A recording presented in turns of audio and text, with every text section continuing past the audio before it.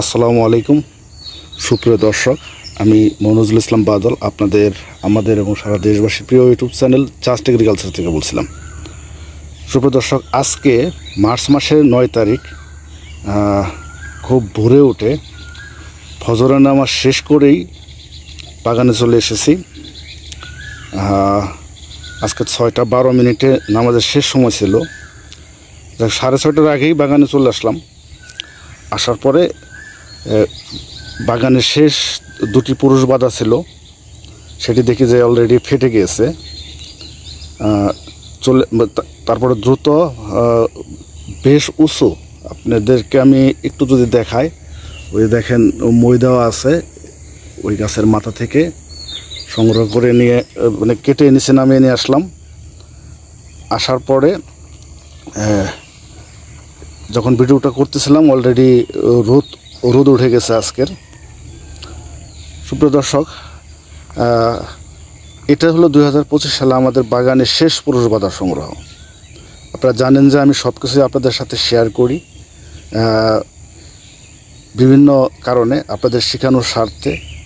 আমাদের কাজগুলো আপনাদের সাথে শেয়ার করার উদ্দেশ্যই হলো আপনারা শিখতে পারবেন, জানতে পারবেন, বুঝতে পারবেন, নিজেরা করতে পারবেন। এই জন্যই সুপ্রিয় দর্শক, একটা জিনিস খেয়াল করেন, এখন বাজতেছে সকাল 7:19। আমি যে মুহূর্তে ভিডিওটি ধারণ করতেছি, এই বিষয়গুলো কিন্তু একেবারে ডকুমেন্টারি, আপনাদের জন্য অনেক কাজে লাগবে। যারা বাংলাদেশে যেহেতু খেজুর চাষ সম্প্রসারণ হচ্ছে, অনেক বড় বড় বাগান কিন্তু ইতিমধ্যেই কাজ শুরু হয়ে গেছে। দর্শক, আমি এই যে এখন যে ভিডিও করতেছি, দেখেন কোনো ধরনের এখানে মৌমাছি কিন্তু নেই। এটাই যদি 8টার পরে হতো, অর্থাৎ সকাল 8টার পরে যদি আমরা এটাকে ভিডিও ধারণ করতে চাইতাম, তাহলে এখন দেখা যাচ্ছে শত শত মৌমাছি কিন্তু এসে পড়তো। আর মৌমাছিগুলো কিন্তু এই ফুলের পরাগরেণু কিন্তু দ্রুত নিয়ে যায়, কারণ ওরা মৌচাকের বাসা তৈরি করার জন্য এই ফুলের পরাগরেণুগুলো তাদের খুবই দরকার। তো দর্শক, আমরা এই টাইমে এই ফুলগুলো নামানোর কারণে কিন্তু এখন কোনো মৌমাছি নেই। এজন্য আপনাদের আগের একটি ভিডিওতে আমরা বলেছি যে আপনারা যারা এই পুরুষ বাঁধা সংগ্রহ করবেন, সকালে সংগ্রহ করবেন। সকালে যদি সংগ্রহ করেন তাহলে এই মৌমাছি কিন্তু আপনাদের পরাগরেণুগুলো নিয়ে যেতে পারবে না।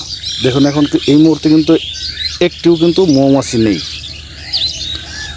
তো দর্শক, আমরা এখন এই দুইটা ফুল থেকে পরাগরেণু আগে সংগ্রহ করব, ঝেড়ে নিব, এরপরে ফুলগুলো সংগ্রহ করব। এখনও আমাদের বাগানে অসংখ্য স্ত্রী খেজুর গাছের বাঁধা পরাগায়নের বাঁধ রয়েছে। আবার আগামী বছরের জন্য আপনাদের জন্য, আমাদের জন্য কিছু সংগ্রহ করতে হবে, কারণ অনেক ক্ষেত্রে স্ত্রী গাছের বাঁধাও আগে চলে আসে। তো দর্শক, আমরা ফুলটি ঝেড়ে নিই, দেখি কী পরিমাণ আমরা সংগ্রহ করতে পারি।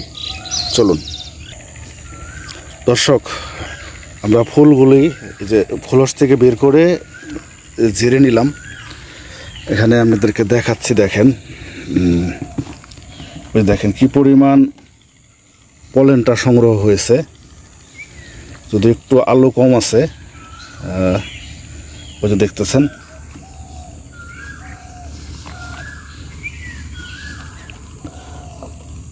ভালো পুরুষ গাছে প্রচুর পরিমাণ এই পরাগরেণুটা হয়, এই পলেনটা হয়। আপনারা দেখতেছেন সংগ্রহ করছি। আর এই যে এখন দেখতেছেন যে ফুলগুলি ফুটে আছে, পরিপক্ক হলে কিন্তু দেখবেন এই যে এরকম ফুল কিন্তু ফুটে যাবে, যেরকম দেখবেন, এই দেখবেন অলরেডি ফুল ফুটে আছে। আপনারা তো জানেন যে স্ত্রী গাছের বাঁধাগুলো গুটি গুটি হয়, সাগর দানার মতো হয়, আর পুরুষ গাছে এরকম ফুল ফুটে যায়। এটা আমি অনেকগুলো ভিডিওতে আপনাদের বলেছি, তারপরেও বারবার বলতে হয়, কারণ হলো আপনাদের বোঝানোর স্বার্থে। আর সুপ্রিয় দর্শক, এই মুহূর্তে আপনারা যারা আমাদের ভিডিওটি দেখতেছেন, অবশ্যই এই ভিডিওটি শেয়ার করবেন, লাইক করবেন, কমেন্ট করবেন, ভালো মন্দ আমাদেরকে জানাবেন। আপনাদের কোনো জিজ্ঞাসা থাকলে প্রশ্ন করবেন, ইনশাল্লাহ আমরা পরবর্তী ভিডিও আকারে আপনাদেরকে দেওয়ার চেষ্টা করব। দর্শক, প্রত্যেকের বাসা বাড়িতে ব্যাক ইয়ার্ডে, অর্থাৎ তার বাড়ির পাশে একটি খেজুর বাগান অবশ্যই করার চেষ্টা করবেন। ছোট হোক বড় হোক, যেভাবে হোক করার চেষ্টা করবেন, কারণ এর একটা মজার যে ফিলিংস দেখেন। এই যে সকাল ভোরবেলা আসছি, কত পাখি ডাকাডাকি করতেছে, বাগানে কতটা ভালো লাগে, এটা আসলে আপনার 1000 কোটি টাকা দিয়েও কিন্তু এই অনুভূতিটা পাবেন না। আমি আবেগের কারণে কথাটা বলতেছি, কারণ বাগানে যতক্ষণই কাজ করি অনেক ভালো লাগা কাজ করে এখানে। এই জন্য আপনাদেরকে বলবো, আপনারা সবাই বাড়ির আশেপাশে 2-1টি খেজুর গাছ বা যদি বড় বাগান কারোর সমর্থন থাকে তাহলে বাগান করবেন, দেখবেন আমার কাছে মনে হয় আপনি রিফ্রেশে থাকবেন, ভালো থাকবেন। তো দর্শক, যে বিষয়ে আসতেছিলাম, আমাদের এটি শেষ বাধা সংগ্রহ, পরাগায়ন এখন আমাদের শেষ হয়নি, অনেকগুলো বাধা এখনও পরাগায়ন করা বাদ আছে। ইনশাল্লাহ এই ভিডিওর মতো আপনাদেরকে পরাগায়নের শেষ করব, যে ওই ভিডিওটা আপনাদেরকে দেওয়ার চেষ্টা করব। সবাই ভালো থাকবেন, আমাদের জন্য দোয়া করবেন। আসসালামু আলাইকুম।